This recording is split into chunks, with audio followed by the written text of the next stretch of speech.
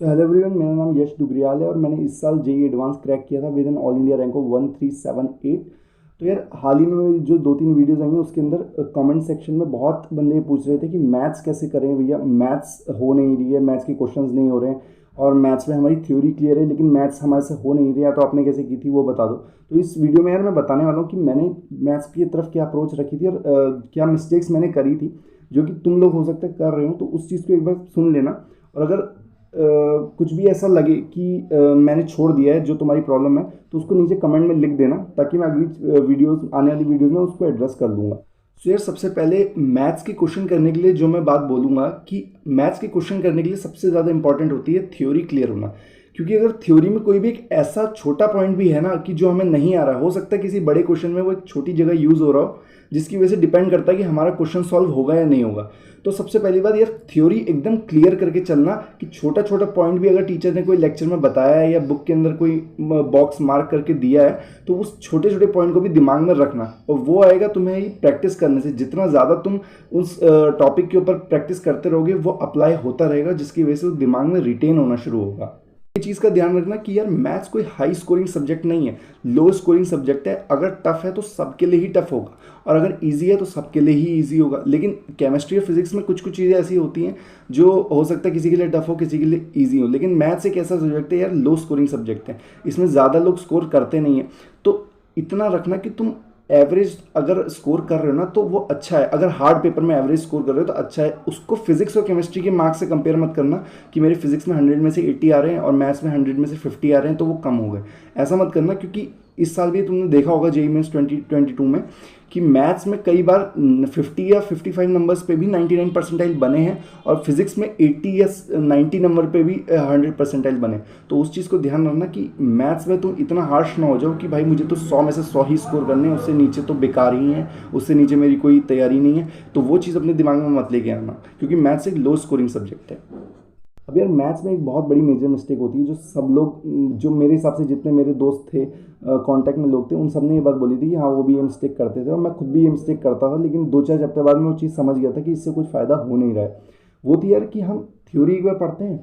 हम वापस क्वेश्चन लगाने जाते हैं और क्वेश्चन अगर हमसे 4-5 भी नहीं बने तो हमें लगता है हमारी थ्योरी वीक है। और उस थ्योरी वीक की जो हमें लगता है उसके चक्कर में हम पूरी थ्योरी स्क्रैच से पढ़ने लग जाते हैं या पूरे लेक्चर्स स्पीड में देखने लग जाते हैं, जिसकी वजह से क्या होता है यार एक लूप बन जाता है कि हम बार बार वही चीज़ देख रहे हैं, कुछ प्रैक्टिस कर नहीं रहे। तो हमारे अंदर वो चीज़ डेवलप होगी नहीं कि हमें क्वेश्चंस कैसे करने हैं। तो वापस हमें ये चीज़ लगेगा कि यार हमें थ्योरी क्लियर नहीं, हम वापस जाएंगे। तो वो मत करना यार, थ्योरी एक ही बार देखो, अच्छे से देखो, चाहे टाइम लगा लो थोड़ा सा लेकिन अच्छे से देखो। और एक बार तुमने थ्योरी देख ली, नोट्स बना लिए, तो उसकी दोबारा ज़रूरत पड़ती नहीं यार लेक्चर्स देखने की। जो नोट्स बनाए हैं उन्हीं से रिवाइज करते रहो और क्वेश्चन को प्रैक्टिस करते रहो। नहीं हो रहे तो सॉल्व एग्जाम्पल करो लेकिन थ्योरी पे वापस जंप मत रहना। और ये वन शॉट से दूर रहना क्योंकि वन शॉट्स में सिर्फ फॉर्मूलाज ही रिवाइज होते हैं, उसके अंदर कोई कॉन्सेप्चुअल प्रूफ नहीं कराया जाता जिसकी वजह से डेवलप हो चीज़। तो वन शॉट से दूर रहना और वापस बार बार थ्योरी को मत देखने जाना क्योंकि ये थ्योरी बार बार देखने की इंट्यूशन आ जाता है कि भाई एक बार वापस देख लेते हैं, एक बार वापस देख लेते हैं, नहीं हो पा रहे क्वेश्चंस, हो सकता है थ्योरी ही कहीं कच्ची रह गई। तो अगर एक पॉइंट भी रह गया होगा तो उसकी वजह से हम पूरी थ्योरी दिखने लग जाते हैं जो कि बहुत बड़ा मैसिव टाइम वेस्ट होता है हमारी प्रिपरेशन के अंदर। और इस पॉइंट ऑफ टाइम पे टाइम वेस्ट बिल्कुल भी अफोर्ड नहीं किया जा सकता यार मैथ्स जैसे टॉपिक के अंदर। ना यार कोऑर्डिनेट में मुझे कोई ज़्यादा प्रॉब्लम आई नहीं थी क्योंकि कोऑर्डिनेट मैंने बहुत ज़्यादा प्रैक्टिस करी थी, लिटरली चार्ट गया था उसकी थ्योरी को प्रैक्टिस कर करके, एक एक फार्मूला टिप्स पे याद था। तो उसमें तो मुझे कुछ ज़्यादा प्रॉब्लम आई नहीं थी। तो उसके लिए मैंने शीट्स लगाने के बाद जो टीचर से प्रोवाइड हुई थी उसके बाद मैंने पिंक बुक करी थी उसके लिए, विकास गुप्ता सर की बुक है, आप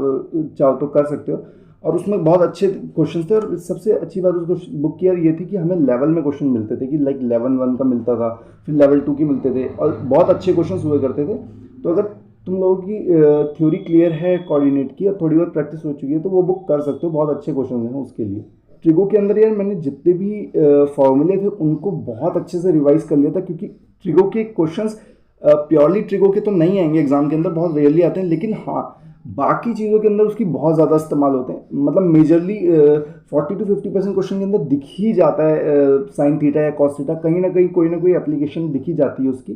तो हमें उसके फॉर्मूले बहुत अच्छे से याद रखने हैं, चाहे तुम प्रैक्टिस थोड़ा कम भी हो जाए लेकिन फॉर्मूले एकदम टिप्स पे याद रहनी चाहिए। और ट्रिगो के लिए मैंने टीचर्स के मटेरियल के अलावा ज़्यादा कुछ खास किया नहीं था, सिर्फ टीचर के मटेरियल पे स्टिक रहा था, क्योंकि यार देख ट्रिगो में अगर सिंपल प्योर ट्रिगो के क्वेश्चंस बनाने ना, और अगर टीचर मतलब एग्जामिनर चाहता है कि वो क्वेश्चन ऐसा दे कि बच्चों से या तो टाइम लग जाए या होए ना, तो कितनी भी प्रैक्टिस कर लो वो क्वेश्चन में टाइम लग जाएगा या फिर वो क्वेश्चन होएगा नहीं। तो ट्रिगो में मेरे हिसाब से जो मेरे को बेटर लगा था अपने लिए वो ये था कि मैं टीचर के मटेरियल पे स्टिक रहूँ। हाँ, लेकिन एक एक पॉइंट जो भी फार्मूला के अंदर होते हैं, जितने भी डिफरेंट टाइप ऑफ फार्मूले होते हैं, जितने भी फॉर्मेट्स होते हैं, उन सबको रिटेन रखूँ अपने दिमाग में, क्योंकि कहीं भी इस्तेमाल हो सकते हैं आगे के किसी भी चैप्टर में वो चीज़। अब यार मैं अपने टाइम पे जो टॉपिक या जो कोई भी छोटा फार्मूला ऐसा होता था जो बहुत रेयरली कभी कभी क्वेश्चंस में यूज़ होता है, तो उसकी मैं एक पूरी लिस्ट बना लिया करता था, पूरे 1 या 1.5 पेज की बन जाती थी, जिसमें ऐसे फॉर्मूले या ऐसी चीज़ें मैं लिख लिया करता था जो कि रेयरली यूज़ होंगी, लेकिन जब भी यूज़ होंगी तो बहुत इंपॉर्टेंट होगी उस क्वेश्चन के लिए। और इस वजह से ताकि वो याद रहें या टाइम टू टाइम मैं उसको एक बार देखता रहूं, क्योंकि दिमाग में रिटेन रहे, तो मैं इसके लिए अलग से लिस्ट बना लिया करता था। तो वो भी चीज़ भी ट्राई कर सकते हो तुम लोग। अब यार कैलकुलस में अगेन थ्योरी बहुत ज़्यादा इंपॉर्टेंट है, क्योंकि बहुत सारे फॉर्मूले हैं। इंडेफिनेट इंटीग्रेशन में तो ख़त्म ही नहीं होते, इतनी बड़ी लिस्ट है, जो कि लास्ट टाइम तक मुझे भी प्रॉब्लम रही थी, क्योंकि मैं इतना ज़्यादा रिमेंबर कर नहीं पाता फार्मूलाज को, खास करके मैथ्स को। तो इसलिए मेरे को बहुत ज़्यादा उसमें प्रॉब्लम हुई थी। तो इसलिए मैंने क्या किया था कि उसकी एक लिस्ट बना ली थी, और उस लिस्ट को मैं रिवाइज करता रहता था, और जहाँ भी जब भी मैं उस क्वेश्चंस को करता था उस लिस्ट को साथ लेके बैठता था, लेकिन देखता नहीं था।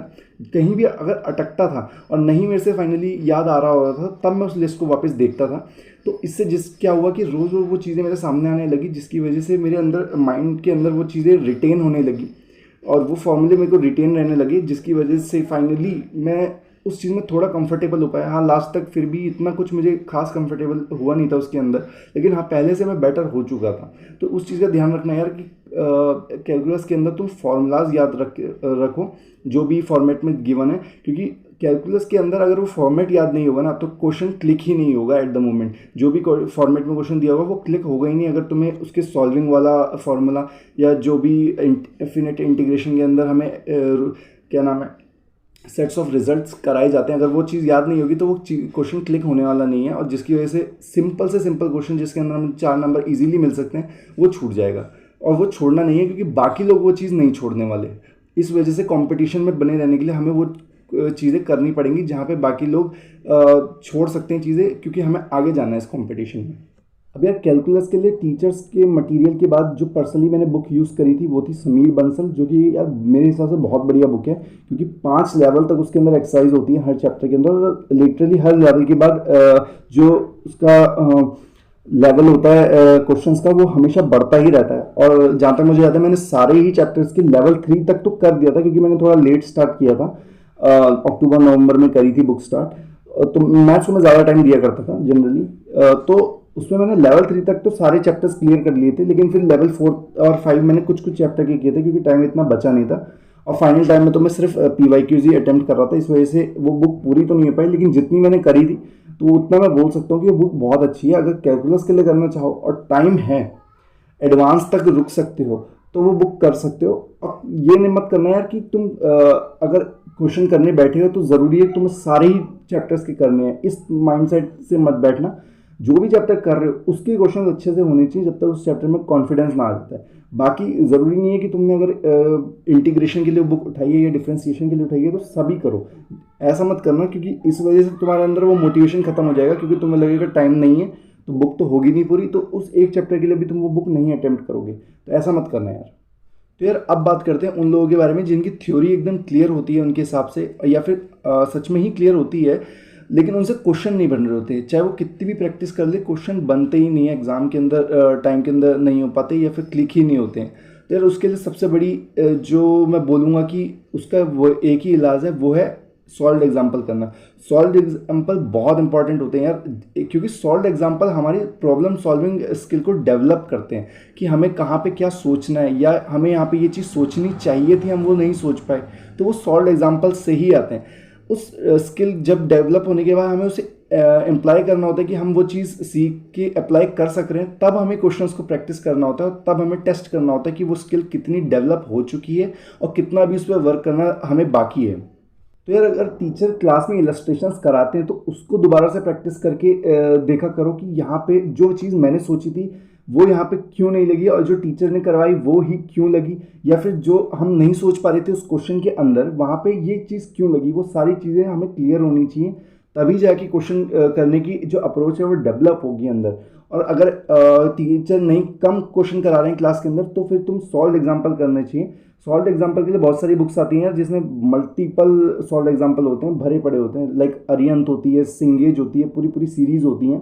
तो अगर तुम उसको उठाओ तो बैक एक्सरसाइज मत करना, सिर्फ पहले सॉल्व एग्जाम्पल सॉल्व करने की कोशिश करना। और सॉल्व एग्जाम्पल यार पहले कोशिश करना कि खुद से करो, अगर नहीं हो तब उस क्वेश्चन की धीरे धीरे करके आधा सोल्यूशन या थोड़ा सा सोल्यूशन देख के थोड़ा अप्रोच डेवलप करने की कोशिश करो। और जैसे जैसे ये टाइम बीतता जाएगा यार, 2-4 हफ्ते बाद अगर लगातार करते रहोगे तो 2-4 हफ्ते बाद उस टॉपिक के अंदर तुम्हें अपने अंदर इंप्रूवमेंट दिखेगी कि तुम बिना देखे सोल्यूशन को क्वेश्चन को करने लग रहे हो। क्योंकि क्वेश्चन यार कुछ नया नहीं बनता है, सिमिलर कॉन्सेप्ट पे ही बस थोड़ी बहुत चेंजेस करके कुछ नया बना दिया जाता है क्रिएटिव करके, और वही चीज़ हमें फाइंड करनी होती है। अब ऐसा नहीं हो सकता कि हम कोई क्वेश्चन कर रहे हैं और एग्जाम के अंदर भी सिमिलर क्वेश्चन आ जाए, हमेशा एक नया क्वेश्चन देखने को मिलेगा। तो उस चीज़ को सॉल्व करने के लिए स्किल डेवलप करनी पड़ती है कि हम फाइनली हमें जब एक ऐसा नया क्वेश्चन दिखे तो वो हम कैसे सोच पाएँ, उस थॉट प्रोसेस को जनरेट करने के लिए हमें सॉल्व एग्जाम्पल का यूज़ करना चाहिए।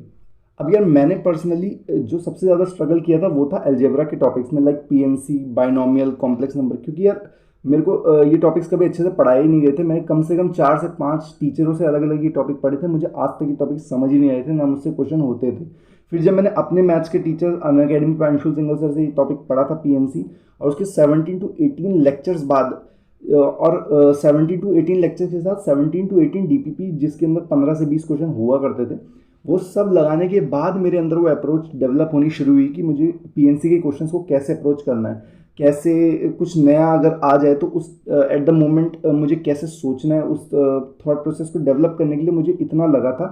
तो उस चीज़ की फिक्र मत करना यार कि कितना टाइम लग रहा है या कितनी हमें लेक्चर्स देखनी पड़ रही है, और अभी 2-4 हफ्ते भी हो गए हमारे अंदर वो डेवलप नहीं हो रहा है, वो धीरे धीरे ही आएगा टाइम के साथ। और ये बहुत ज़्यादा इंपॉर्टेंट है कि हम इस चीज़ का ध्यान रखें कि कोई भी लेक्चर को बीच में ना छोड़ दें, या कोई भी क्वेश्चन प्रैक्टिस कर रहे हैं तो एकदम से जंप कोई और चैप्टर पे ना कर जाएं, क्योंकि उससे फ्लो टूट जाता है और जो चीज़ हमने डेवलप करी है उस चैप्टर के अंदर वो एकदम आधी रह जाती है, और वही फिर ख़राब कर देती है, क्योंकि आगे जाके हम उस चैप्टर को वापस शुरुआत से कर नहीं सकते, और जहाँ पे हमने छोड़ा था वहाँ से वो चीज़ वापस उठाना बहुत मुश्किल हो जाता है। तो एक चैप्टर को करोगे तो पूरा करना, वरना उसको छोड़ देना, क्योंकि बीच में करने से टाइम वेस्ट होगा और कुछ भी नहीं होगा। नाउ यार अलजेब्रा के लिए मैंने पहले थ्योरी क्लियर करने के बाद डीपीपीज लगाने के बाद सॉल्व एग्जाम्पल करने के बाद जो टाइम बचा था उसके अंदर मैंने सिर्फ उठाई थी ब्लैक बुक, क्योंकि ब्लैक बुक के मैंने मेरे दोस्तों से सुना था कि बहुत अच्छी बुक है, तो मैंने उस ब्लैक बुक उठाई थी और उसके लेवल 1 की एक्सरसाइज एक बार कर ली थी। लेवल 1 की करने के बाद कुछ कुछ चैप्टर ऐसे थे जिनकी लेवल 2 मैंने करी, सबकी नहीं करी थी, कुछ कुछ के किए थे। और उसके बाद जो टाइम बचा था फाइनल प्रैक्टिस के लिए, उसके अंदर मैंने हर अलजेब्रा के टॉपिक की रेजोनेंस की रैंक बूस्टर लगाई थी। रेजोनेंस की रैंक बूस्टर यार बढ़िया है मेरे हिसाब से, क्योंकि उसके अंदर जो हर चैप्टर है उसमें 40 to 50 क्वेश्चंस की शीट आती है, और वो एक बारी में लगाने से पूरा चैप्टर रिवाइज हो जाता है, ज़्यादा टाइम भी खर्च नहीं होगा, 3 to 4 आवर या कभी कभी 5-6 आवर लग जाएंगे, उससे ज़्यादा नहीं होगा। अगर चैप्टर क्लियर हो चुका, उस लेवल की प्रैक्टिस हो चुकी है कि तुमने बुक्स भी लगा ली, डीपीपीज भी लगा ली, तो इतना ही लगेगा, ज़्यादा नहीं लगेगा, जिससे कि तुम्हारा पूरा टॉपिक भी रिवाइज हो गया, क्वेश्चंस भी अच्छे खासे नंबर में हो गए, तो स्पीड भी सही रहेगी, और सारा का सारा चीज़ें एक बार वापस से दिमाग में रिफ़्रेश हो जाएंगी। अब यार मैथ्स में जेई मेंस के अंदर स्कोर करने के लिए ये गलती मत करना बिल्कुल भी कि तुम इजी टॉपिक्स को छोड़ के जा रहे हो, क्योंकि वो मुझे भी पता है कि किसी का भी मन नहीं करता स्टैट्स और मैथमेटिकल रीजनिंग ज़्यादा करने का, और हम कई बार भूल भी जाते हैं अपने कोर चैप्टर्स की वजह से। तो उन चीज़ों को बिल्कुल मत छोड़ना यार, उनको कर लेना एंड तक, क्योंकि वो चीज़ें बहुत इंपॉर्टेंट है, क्योंकि फिक्स उनमें से क्वेश्चन आएगा ही आएगा, ईजी क्वेश्चन आएगा, थोड़ा भी मॉडरेट आएगा, तो इतनी प्रैक्टिस कर लेना कि थोड़ा बहुत झेल पाओ। अब ऐसा मत कर देना कि बिल्कुल ही उन चैप्टर्स को छोड़ के जा रहे हैं, क्योंकि यार बाकी सब वो चीज़ें नहीं छोड़ने वाले, बाकी बच्चे वो क्वेश्चंस को नहीं छोड़ने वाले, वो उस क्वेश्चन में स्कोर करेंगे, और वो ज़्यादा से ज़्यादा 10 to 15 सेकंड्स लेते हैं वो क्वेश्चन, उससे ज़्यादा नहीं लेंगे, अगर लेंगे तो वो सिर्फ कैलकुलेशन होगी, बाकी कंसेप्चुअली कुछ नहीं होता उसके अंदर ज़्यादा। तो इन चैप्टर्स को बिल्कुल मत छोड़ना, सेट्स हो गया, रिलेशन हो गया, और मैथमेटिकल रीजनिंग हो गई, स्टैट्स हो गई, प्रोबेबिलिटी हो गया, ये टॉपिक्स बिल्कुल मत छोड़ना, इनको कर लेना ध्यान से। फिर एक लास्ट मेजर मिस्टेक में पॉइंट आउट ये करना चाहूँगा कि मैक्सिमम एस्पिरेंट्स क्या करते हैं कि जब वीडियो लेक्चर्स देखते हैं तो उसके अंदर टीचर सॉल्व कर रहे होते हैं, वो सिर्फ देखते रहते हैं और सोचते हैं कि हाँ ये क्वेश्चन मेरा हो गया। वो चीज़ मत करना यार, जब भी टीचर सॉल्व कर रहा हो, अगर लाइव लेक्चर नहीं है तो एक काम करना, पहले इसको रोकना, खुद अटेम्प्ट करना। खुद अटेम्प्ट करोगे तो थोड़ा दिमाग चलने लगेगा। अगर नहीं हो रहा है फिर देखो कि टीचर कैसे सॉल्व कर रहा है, क्योंकि ये चीज़ मेजर मिस्टेक है आजकल के टाइम पे कि सब यही करते हैं। मैं भी खुद पहले यही करता था कि टीचर कर रहा है, हम उसको देखे जा रहे हैं और मन में ये चीज़ ठान लिए जा रहे हैं कि हाँ ये चीज़ हमें समझ आ रही है, क्योंकि क्वेश्चन जब टीचर सॉल्व करता है तब ऐसा लगता है कि हाँ ये ऐसा ही तो होगा, कुछ नया नहीं लगता उसके अंदर। लेकिन जब खुद करने बैठते हैं उन क्वेश्चंस को तब पता चलता है कि इसमें कितना सोचना था, कितना हमारा दिमाग चल रहा था, क्योंकि टीचर तो सॉल्यूशन लिखता जा रहा है, हमारे दिमाग में वो चीज़ प्रोसेस होती जा रही है कि हाँ ये चीज़ इसके बाद यही होगा, इसके बाद यही होगा। तो इस चीज़ का ख्याल रखना कि तुम टीचर्स को सॉल्व करते हुए नहीं देख रहे हो, खुद सॉल्व कर रहे हो क्वेश्चंस को। अब यार मैथ्स के अंदर मैं फाइनली एक चीज़ कहना चाहूँगा कि पेशेंस रखना। एकदम से नहीं आएगा, 1.5-2 महीना लगेगा उस चीज़ को तुम्हें मतलब अपने अंदर वो इम्प्रूवमेंट देखने के लिए, क्योंकि एकदम से नहीं आता, रातों रात नहीं हो जाता मैथ्स के अंदर इम्प्रूवमेंट, टाइम लगता है। मुझे भी नहीं था पहले पेशेंस, लेकिन जब मैंने धीरे धीरे अपने अंदर इम्प्रूवमेंट देखी, करता रहा, तब मुझे वो चीज़ आ गई और इस वजह से फिर पेशेंस लेवल मेरा हो गया था ठीक, कि अब मुझे पता चल गया था कि 2-4 महीने बाद मेरी इंप्रूवमेंट और अच्छी हो ही जाएगी। तो उस पेशेंस को अपने अंदर रखना यार। तो थैंक यू गाइस ये वीडियो यहाँ तक देखने के लिए, और अगर इस वीडियो ने तुम्हारी प्रेप के अंदर या थोड़ी सी भी वैल्यू ऐड करी है तो प्लीज़ इस वीडियो को शेयर ज़रूर करना, क्योंकि यार बहुत सारे बच्चे ऐसे होते हैं जिनको ये चीज़ें पता नहीं होती कि मैथ्स में क्या गलत अप्रोच वो रख रहे हैं, और फाइनल टाइम आते आते फिर उनके अंदर वो चीज़ नहीं आती, मैथ्स के अंदर कॉन्फिडेंस नहीं रहता, और फाइनली जो मैथ्स का पेपर होता है वो एकदम ऐसा रिव्यू आता है कि भाई बिल्कुल टफ पेपर आया। मैथ्स इतना टफ भी नहीं है, स्कोर किया जा सकता है, हाँ फुल ना होगा लेकिन एवरेज से तो अच्छा स्कोर किया जा सकता है यार इजीली।